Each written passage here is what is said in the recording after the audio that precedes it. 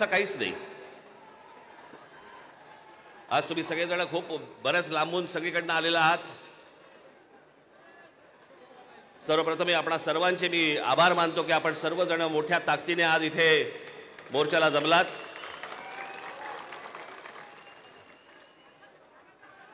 खरं तर छोटे विषय आहेत, काही फार मोठा विषय नाही हा।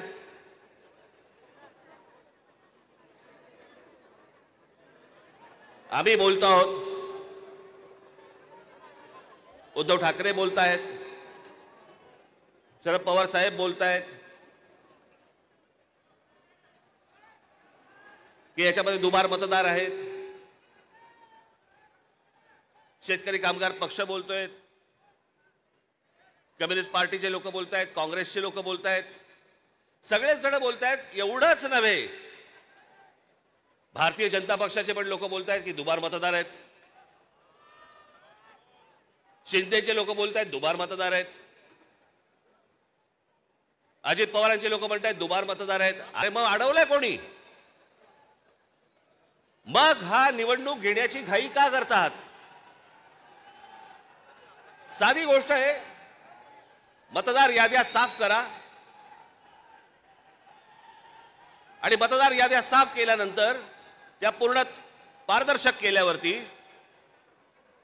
मग जेव्हा निवडणुका होतील त्याच्यानंतर यश कोणाचं अपयश कोणाचं सगळ्या गोष्टी मान्य। पण सगळं लपून लपून लपून छपून जे चालू आहे ते कशासाठी? पण मी आज 2-3च गोष्टी तुम्हाला आज दाखवण्यासाठी इथे आणलेल्या आहेत।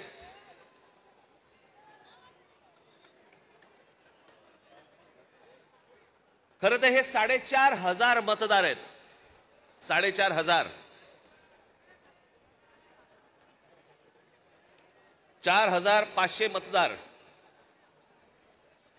हे कल्याण ग्रामीण, डोंबिवली, मुरबाड आणि भिवंडी मधले मतदार आहेत।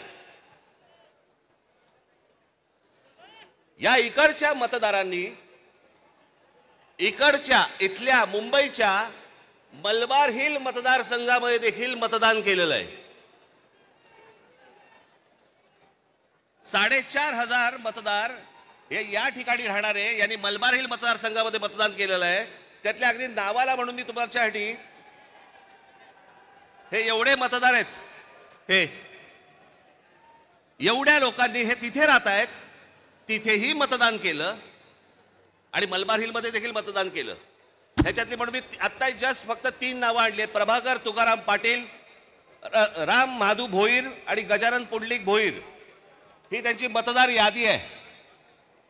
या मतदार यादीमध्ये त्यांनी त्या मतदारसंघांमध्ये देखील मतदान केलेलं आहे आणि मलबार हिल मतदारसंघामध्ये देखील मतदान केलेलं आहे। असे लाखो लोक आहेत महाराष्ट्रभर की जे या मतदानासाठी म्हणून वापरले गेले।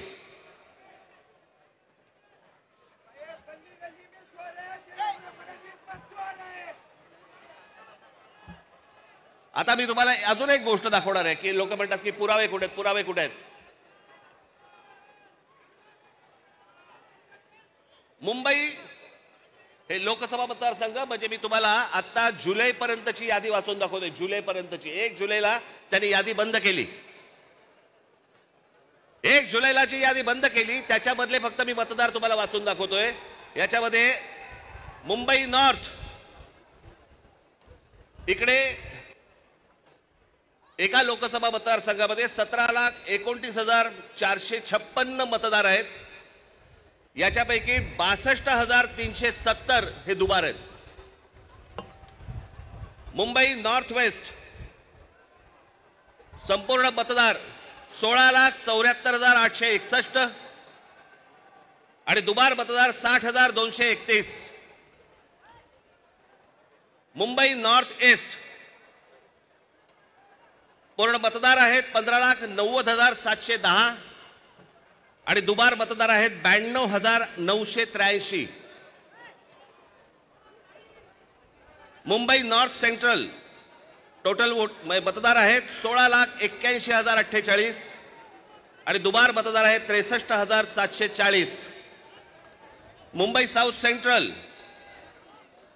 संपूर्ण मतदार आहेत 14,37,776 आणि दुबार मतदार आहेत 50,565. मुंबई साऊथ मतदार आहेत 50,565.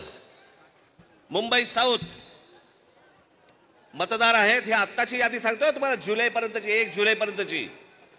15,15,15,993 आणि दुबार मतदार आहेत 55,205. नाशिक लोकसभा मतदार आहेत 19,34,349 आणि दुबार मतदार आहेत 99,673. मावळ लोकसभा संपूर्ण मतदार आहेत 19,85,172 आणि दुबार मतदार आहेत 1,45,636 एवढे दुबार मतदार आहेत. पुणे लोकसभा 17,12,242 दुबार मतदार आता आहेत तिकडे 1,02,002.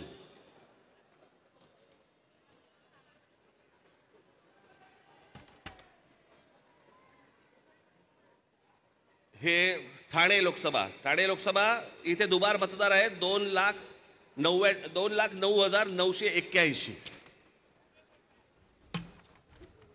लोक म्हणतील की बाबा हे आकडे तो बोलून दाखवलेत, पुरावा कुठे आहे?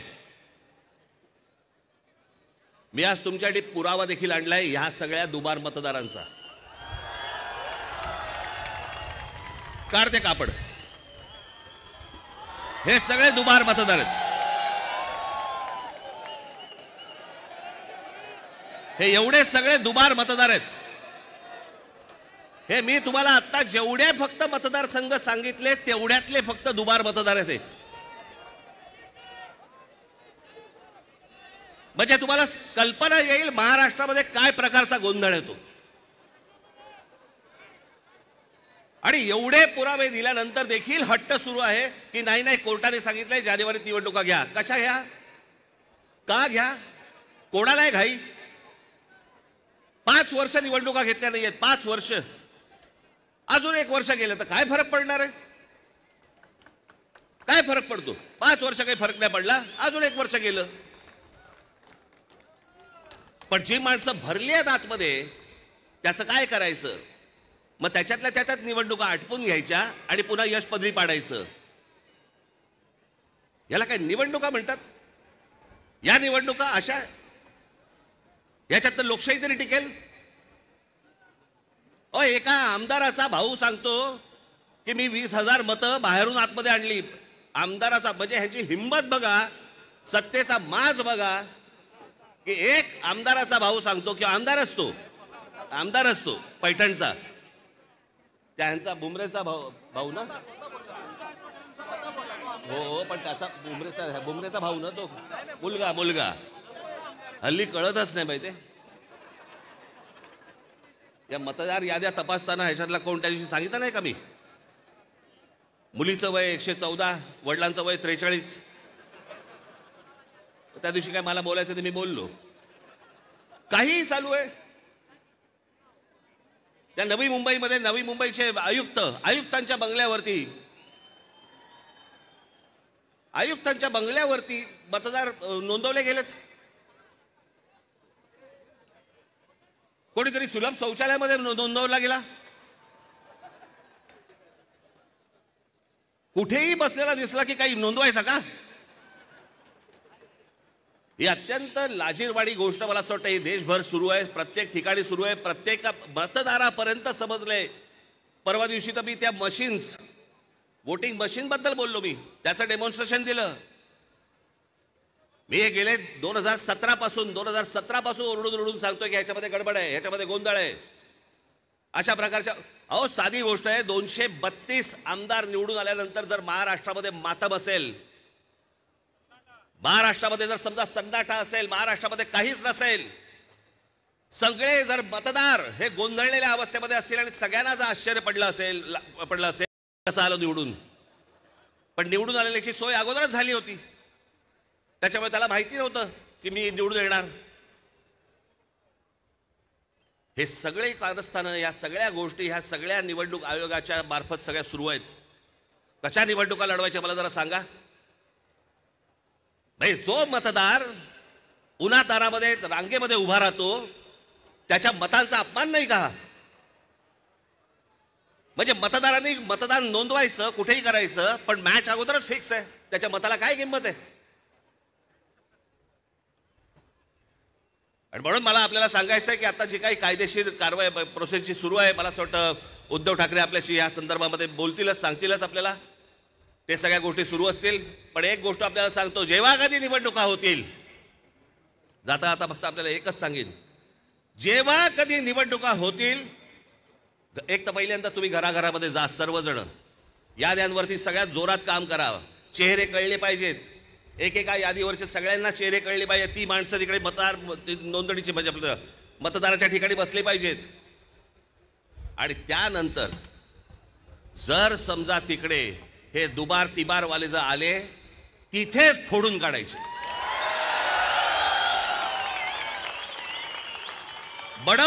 बडवायचे आणि मग पोलिसांच्या हातात द्यायचे.